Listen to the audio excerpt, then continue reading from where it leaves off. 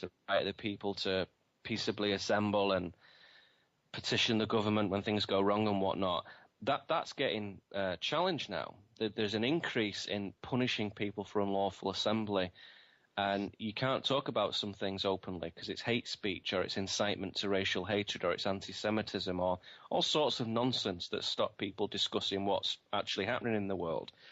The Second Amendment, well-regulated militia and the right of the people to bear arms, more and more wholly unconstitutional restrictions are being put into place on that. And slowly they're trying to do what they did in Europe, which is really prohibit private ownership of firearms through tightening limitations on possession and outrageous biased reporting of shooting incidents. And all I've got to say about that is what the fierce, wonderful individualist William Burroughs once said, which was this: after a shooting spree, they always want to take the guns away from the people who didn't do it.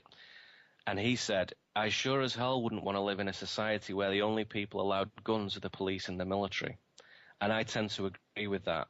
So when you see those amendments, and the Fourth Amendment, the right to have your own private property and information, that's also disappearing now with, all kinds of problems with emails and digital interception and agreements with Facebook and Google about what your data is and who owns it, the TSA, cyber intelligence outfits, the NSA and whatnot. All very odd, that. So you're saying, here's this illusion of someone who cares about us called the president, and here's this illusion of him representing a sane liberal way of thinking, a progressive way of thinking, and it's not true. It's not actually true, and I think it's really, really important to say that. And if we don't acknowledge that shadow, then we leach out our own spiritual strength into that situation. So if you live in an illusion, no matter how wonderful it is or how awful it is, it takes energy to do that. I call that energy, those energy units, light units, which I talked about at a recent workshop I gave. And the number of light units you have, i.e. the amount of spiritual juice you have, the amount of psychic power you have, the amount of philosophical fortitude you have, depends on illusions to some extent. So if you maintain an illusion that you're the handsomest man in the whole of Canada, for example, or if you maintain an illusion that you can fly and jump off the top of a building, that won't last long, but all those illusions take energy, and maintaining a false pattern takes energy. So if you maintain a false pattern about who the president is and what the government's doing, it takes energy. And when you're on a path of unfoldment, you can't afford to squander that energy. You need all of it. So to a large degree, part of the unfoldment is saying, right, let's talk about what kind of leaks energy out of the system, and let's not do that anymore. And part of that is to admit that the state of the world is our fault. It's no one else's fault. It's not the elite's fault. It's not the Archon's fault. It's not anybody's fault but our own. There's no New World Order that's doing anything to us. I absolutely promise you of that. The New World Order is people we have asked to come and kick us in the teeth because we are lazy and we are disowning our journey. When you start to cease that laziness, not that you can't have days of lethargy and idleness, which are wonderful, but I mean a sort of philosophical laziness where you choose not to think about the world and you choose not to develop insight. And essentially, the most important vital thing, you choose not to grow. If you do that, then you hand over your right to do what you want and live how you please. You forfeit that right.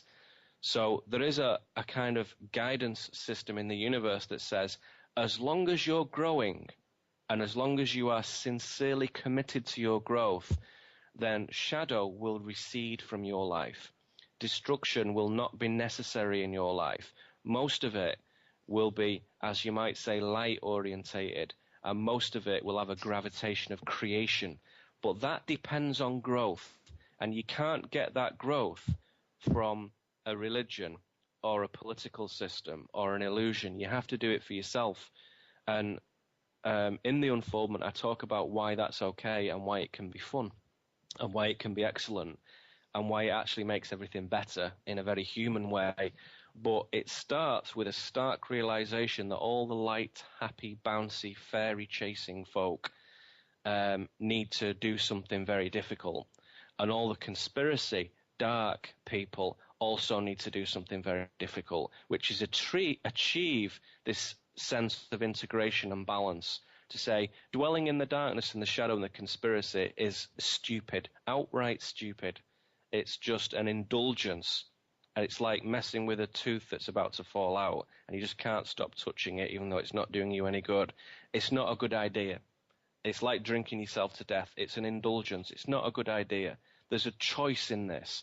And the earlier you make that choice, the better it is to give you wider scope for development. So I have no patience with people who are pure light workers. I don't believe in that. I think that's false. And I have no patience with people who are radical, destructive conspiracy warriors. I think that's false. I think what you have to do is understand that before you can collapse that polarity, before you can move on from the sort of uncertainty and rigors of being pulled into darkness or being thrust into the light, each of which you may not be ready for, you have to be able to map it consciously and with balance and with a sense of centeredness. And you can't stand at the center of your power in your position of equilibrium and balance. You can't stand there if you are being propelled into the light or being propelled into the darkness. Both of them are wrong. They're both illusory states to teach us something about how consciousness works. And if you pin your colors to one or the other, you make a mistake. And that is why it's so important to look at shadow, because it's the thing that plays the bad guy. But it isn't really the bad guy. As I say in the book, there are no bad guys, just disturbed guys. And that disturbance emanates from we ourselves. So the more you work on your own radiance and your own truth, the more that when you go out and talk to people, it starts to change the world. So when you speak to somebody truthfully about what's happening in the world, truthfully about what's happening in your community, truthfully about what's happening in your marriage, truthfully about what's happening in the kitchen, wherever, from the little things, the big things, and everything in between, you start to change things. And people think, you know what, it's not true what this looks like from the newspapers. It's something different. And when people stop believing in untruths and stop buying untruths and purchasing untruths, the world starts to shift. And it's not some funny, nebulous idea, this. It physically starts to shift. And it's completely built on consciousness. That is the very foundation of this place. That's what holds it together. So if you need to go deep to change the structure, you can't work back from the nightmare of Cameron and Obama. But if you want to go deep into the structure, you do it what they can't do, which is you go in with honorable, true, deep, insightful consciousness and with absolute, total, bulletproof integrity. And you go into that and say, I want to know, I want to do things better, I want to be more human, and all ideas of happiness and peace are automatic. Principles, morals, ethics, all those things. We don't even need to worry about that. That's what human beings are. We're good guys. We are good guys from the ground up. What we need to do is smash these illusions, and that starts with consciousness. It would be easy to blow buildings up and detonate things and be terrorists. I would love that. That would be easy. What's harder is to smash the illusions in the mind. That's hard work. That's much more difficult, much more radical to achieve, and that's what we've got to do. Well, thanks, Neil. Good to hear you on your pedestal today. That's great. We're coming up to our final break. It's Peter Tongue for Awakening to Conscious Co-Creation. Welcome back to Awakening to Conscious Co-Creation with your host, Peter Tongue. Just a reminder to go to my website, www.petertongue.com. My December newsletter will be out in the next few days, reflecting upon what has taken place recently and my own view of what is coming up in the next month or so. And also www.myheartcenteredjourney.com and our Ambassadors of Light program. And we have a class tomorrow evening at 5:30 when I'll be talking about the energetics and the astrology and the alignments that are taking place right now. And on that note, Neil, let's chat a bit about 2012 and what that means to you in the way in which you're describing this unfoldment. Where does it all fit in? Well, 2012, here we are. It's nearly over, isn't it? It is. Just a couple of months, it'll all be history, one way or the other. So, yeah, well, we're right in the middle of it. Now, in 2012, we have a very fascinating situation before us. The polarization of light and shadow, of consciousness, has reached what I think anybody would fairly say as optimal levels, right?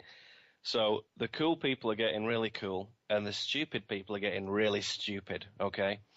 And those who have chosen not to grow are utterly bereft of spirit, whereas those who have chosen growth are breathing more and more of this spirit into the daily lives, which is fantastic, which is just so heartening. I can barely stand it.